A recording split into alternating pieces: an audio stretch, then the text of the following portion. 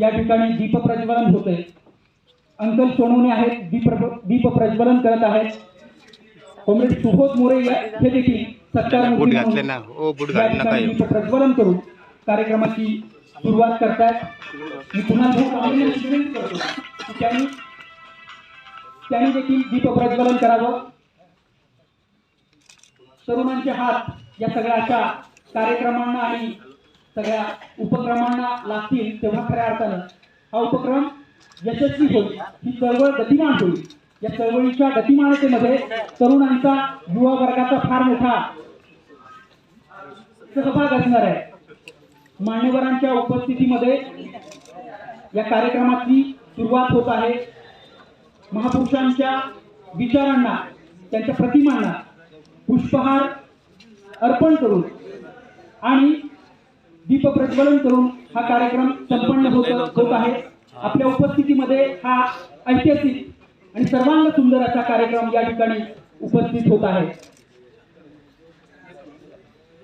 शिंदे सरांना मी विनंती करतो की सर आपण ही पुष्पार्पण करून या कार्यक्रमाची सुरुवात करूया। सर्वच मान्यवरांना विनंती आहे की आपले आपले हात या निमित्ताने या कार्यक्रमाला लागतात। हा कार्यक्रम ऐतिहासिक आहे, हा कार्यक्रम नवी दिशा देणारा आहे, हा कार्यक्रम या संपूर्ण विचारधारेची बळकटी वाढवणार आहे आणि त्या दृष्टिकोनातून आपण सर्वजण या ठिकाणी आलेला आहात। आपल्या सर्वांचं मनपूर्वक स्वागत आहे। संयोजकांच्या वतीनं, उपस्थितांचं, मंचावर उपस्थित झालेल्या सर्वांचं मी संयोजकांच्या वतीनं मनपूर्वक स्वागत करतो आहे। आणि या ठिकाणी परत मान्यवरांच्या हस्ते जे अजूनही कोणी राहिले असतील आपले हात लागावे इतकी त्याची माफक अपेक्षा आहे। आपली सहभागिता खरंच निश्चित पद्धतीनं या कार्यक्रमाला वेगळी उंची प्राप्त करून देणार आहे।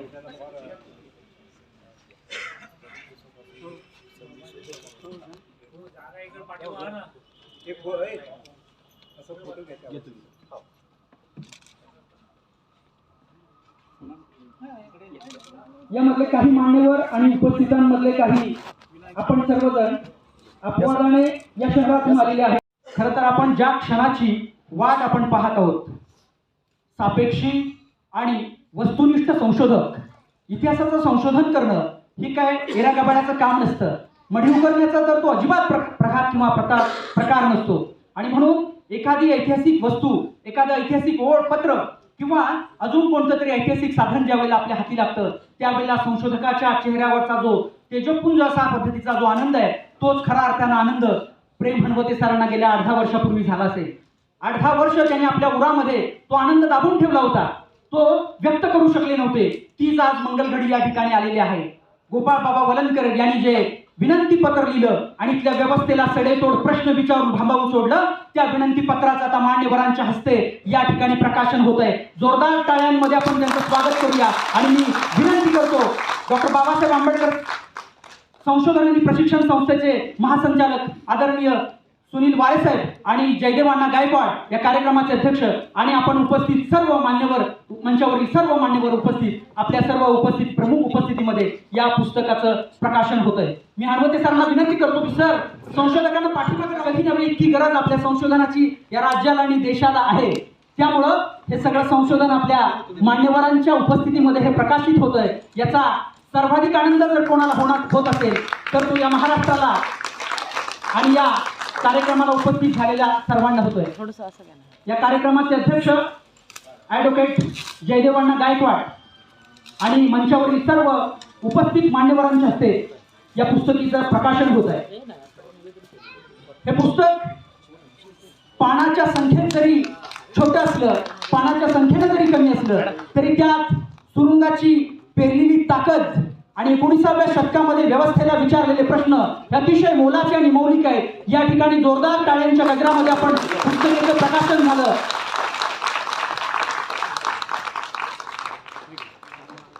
हे पुस्तक पुण्यातल्या यशोदीप प्रकाशननं प्रकाशित केलेलं आहे। यशोदीप प्रकाशन म्हणजे मुख्य विचारधारेच्या प्रकाशकांच्या तुलनेमध्ये गेल्या 10-12 वर्षात 350हून अधिक पुस्तकं ज्या प्रकाशन संस्थेनं प्रकाशित केली असं अवतारेताईंचं हे पुस्तक प्रकाशन संस्था आहे। सलग 3 वर्ष या प्रकाशन संस्थेला राज्य सरकारचे पुरस्कार मिळालेले आहेत. त्यातले एक पुरस्कार्थी संपत जाधव या ठिकाणी उपस्थित झालेले आहेत. सुरेश पाटोळे सर या ठिकाणी उपस्थित झालेले आहेत. तर या पुस्तकाचं प्रकाशन झालं असं या ठिकाणी जाहीर होत आहे. निश्चित पद्धतीनं आज या पुस्तकाचा प्रकाशन समारंभ मान्यवरांच्या हस्ते उपस्थितीत संपन्न झाल्यानंतर आज सवलतीच्या दरामध्ये हे पुस्तक आपल्या सर्वांच्या वितरणार्थ खाली स्टॉलवर उपलब्ध असेल. आपण सर्वांनी ते वाचावं. यातल्या ज्या चुका असतील त्या सर्व चुका संशोधक म्हणून हणवते सरांचे असतील. जे सगळं चांगलं असेल ते गोपाळ बाबांची देण असेल, गोपाळ बाबांचा मार्गदर्शन असेल असंच या ठिकाणी खरं तर म्हणावं लागेल. खरं तर या कार्यक्रमानंतर दुसरा सर्वात महत्वाचा भाग आहे. आपण जेव्हा पुस्तक हातात घ्याल तेव्हा आपल्या लक्षात येईल की गोपाळ बाबांनी जे काम केलेलं आहे, गोपाळ बाबांनी हयातभर चळवळ राबवलेली आहे. महात्मा फुले यांच्या सोबत राहून, डॉक्टर बाबासाहेब आंबेडकर यांच्या सोबत राहून, कामगारांचे असेल, शेतकऱ्यांचे असेल, कष्टकऱ्यांचे असेल किंवा इथल्या पददलित अस्पृश्यांचे असेल, स्त्रियांचे असेल, या सर्व चळवळींमध्ये सक्रिय सहभाग नोंदवून आपला म्हणून मोलाचा वाटा देणारे 19व्या शतकातले एक महान समाज सुधारक म्हणून इतिहासात त्या गोपाळ बाबा वलनकरांची सातत्यानं नोंद घेतली जाते. असे गोपाळ बाबा खरं तर अष्टपैलू व्यक्तिमत्व.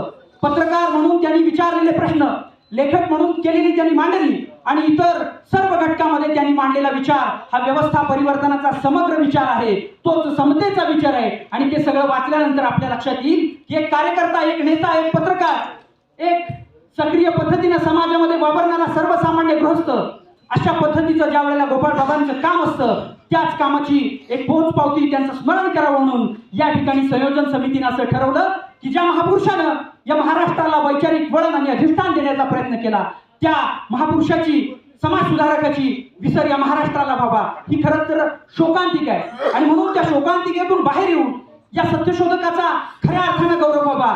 तो गौरव विचारातून होत असतो. आणि म्हणून ज्या ज्या क्षेत्रामध्ये गोपाळ बाबांनी काम केलं त्या त्या क्षेत्रातल्या काही मान्यवरांना प्रातिनिधिक स्वरूपात या ठिकाणी गोपाळ बाबा वलनकर जीवन गौरव पुरस्कार 2023 या नावाचा पुरस्कार देऊन सन्मानित करण्यात येणार आहे. हा पुरस्कार देत असताना आमच्या निवड समितीचे अध्यक्ष विना कदम सरांनी अतिशय चांगल्या पद्धतीने काम केलेलं आहे. काही लोकांचे फोन आले आणि आमची नावं त्याच्यात कशी नाहीत. काही लोकांचे फोन आले आणि तुम्ही जी नावं सुचवलेली आहेत, तुम्ही जी नावं निवडलेली आहेत ती चांगली आहेत असं त्यांचा एक आधाराचा फोन आलेला आहे. खरं तर आता जास्त वेळ न घेता मी या ठिकाणी थांबतो आणि ज्यांची ज्यांची पुरस्कार आहेत त्यांची थोडक्यात एक माहिती देतो. ही सगळी महाराष्ट्रातून आलेली सगळी मंडळी आहेत, यांना पुनश्च त्याचं स्मरण झालं पाहिजे अशी एक माझी अपेक्षा आहे. आणि म्हणून आमचा जो पहिला पुरस्कार होता गोपाळ बाबा वलनकर जीवन गौरव पुरस्कार 2023 हा जो पहिलाच पुरस्कार आहे तो स्मृतिशेष बबन कांबळेंना दिला गेलेला आहे. सम्राट म्हणजे आम्ही व्यवस्थेबरोबर लढण्यासाठी आम्हाला मिळालेली ढाल, व्यवस्थेबरोबर आम्ही लढण्यासाठी आम्हाला मिळालेलं शस्त्र. खरं तर आज ढाल तलवारीची लढाई संपलेली आहे. आजची लढाई ही पेनाची, शाईची, ज्ञानाची आहे. आणि तीच पेनशाही देण्याचं काम आम्हाला बबनदादा कांबळे यांनी सम्राटच्या माध्यमातून दिलं. आणि त्यांचा यथोचित सन्मान, गौरव गोपाळ बाबा वलनकर जीवन गौरव पुरस्कार 2023 देऊन या ठिकाणी त्यांना सन्मानित करण्यात येत आहे. माय माऊलीचा सत्कार आमच्या मानसीताई करतायत. हार, पुष्पगुच्छ, स्मृतिचिन्ह आणि गोपाळ बाबा वलनकरांच्या आज प्रकाशित झालेल्या पुस्तक घेऊन त्यांचा गोपाळ बाबा वलनकर जीवन गौरव पुरस्कार 2023 या ठिकाणी देऊन करतात. आज तुमचं कार्य आणि विचार सगळा जोडला गेलेला आहे.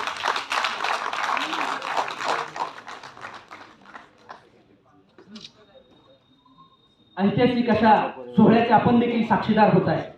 मंचावर आलेली मंडळी देखील ऐतिहासिक आहे. आपल्या आपल्या क्षेत्रामध्ये देदीप्यमान आभाळाच्या उंचीचं काम केलेली ही सगळी मंडळी आहेत, पुरस्कार स्वीकारत आहेत. बघा, मी म्हणालो होतो कधी कधी महर्षींसारखे दिसतात, कधी कधी अण्णांसारखे दिसतात, पण दिसत जरी अण्णांसारखे आणि महर्षींसारखे असला तरी काम मात्र प्रबोधनाचं करता, काम समतेचं करता, काम शांतीचं करता, काम समृद्धीचं करता. आणि म्हणून हा पुरस्कार आणि गौरव आपल्याला देण्यात येत आहे. नव्या पिढीला ताकद देण्यात, मार्गदर्शन करण्यात आणि प्रोत्साहन देण्यामध्ये महाराष्ट्रामध्ये जे जे नेते असतील यांना हा पुरस्कार देऊन सन्मानित करावं. आमच्या भारताची संस्कृती ही कृषीची संस्कृती आहे आणि कृषी क्षेत्रामध्ये काम करणारे काही या ठिकाणी मान्यवर आले. ही संस्कृती ज्या वेळेला पुढे येते त्यावेळेला अशी कृषीनिष्ठ असणारी, एकनिष्ठ असणारी, देशनिष्ठ असणारी मोठी माणसं या मंचावर उपस्थित राहिले त्याचा आम्हाला अभिमान वाटतो.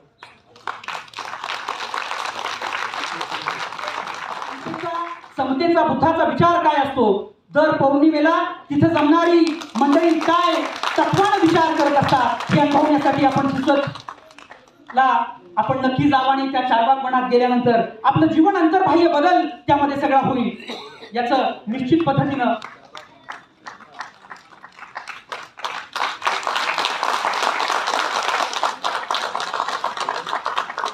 खरं तर आज या ठिकाणी गोपाळ बाबा वलनकर यांचे वारेसाहेब पुरस्कार वारेसाहेबांनी आदरणीय अण्णा जयदेव अण्णा गायकवाड हा पुरस्कार वितरण करतील.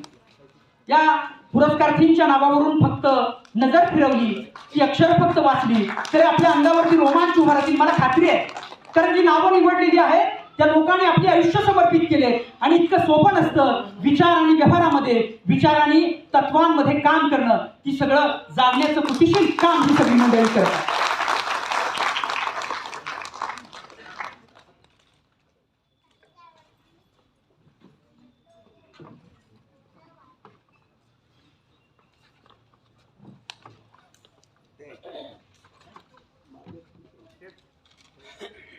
खर तर यानंतरचा पुरस्कार आहे रमेश शिंदे.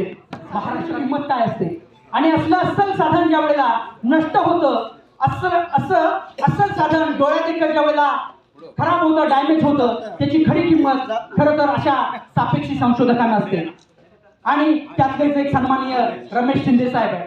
घरात एखाद्या व्यक्तीचा मृत्यू झाला तर अशा लोकांच्या डोळ्यात कधीही दुःखाचे अश्रू येत नाहीत, पण एक ओळ जर संशोधनातली आपल्या हातून गेली तर अतीव दुःख व्यक्त करणारी ही सगळी मंडळी आहे आणि म्हणून त्यांच्या या ठिकाणी कार्याचा खरं तर गौरव होतो आहे.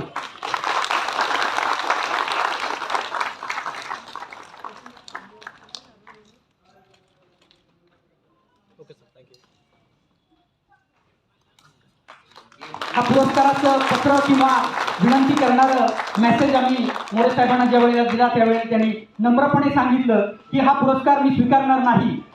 आम्ही म्हणालो कारण काय तर आम्ही प्रसिद्धीपासून लांब राहणारी मंडळी आहोत. प्रसिद्धीपासून लांब राहणारी आणि सातत्यानं काम करणारी अशी मंडळी पाहिली की या सगळ्या सभागृहात उपस्थित असलेल्या आणि महाराष्ट्राचं लक्ष लागून राहिलेलं काय असते हे खरं तर आर्मीतल्या सैन्यापासून अधिकार पदावर असणाऱ्या व्यक्तींकडे बघून कळतं. एक चेहऱ्यावरचं तेज, रुबाबदार डौलदार चाल आणि एकसुरीपणाचा नव्हे तर खरं तर जीवनाला आकार देणारी मिलिटंट जीवन पद्धती आदेश म्हणजे आदेश याचं मूर्तिमंत उदाहरण म्हणजे तानाजी सावंत आहे. आपण आला आणि हा पुरस्कार स्वीकारला मी आपलं मनापासून स्वागत करतो, आपल्याला धन्यवाद देतो.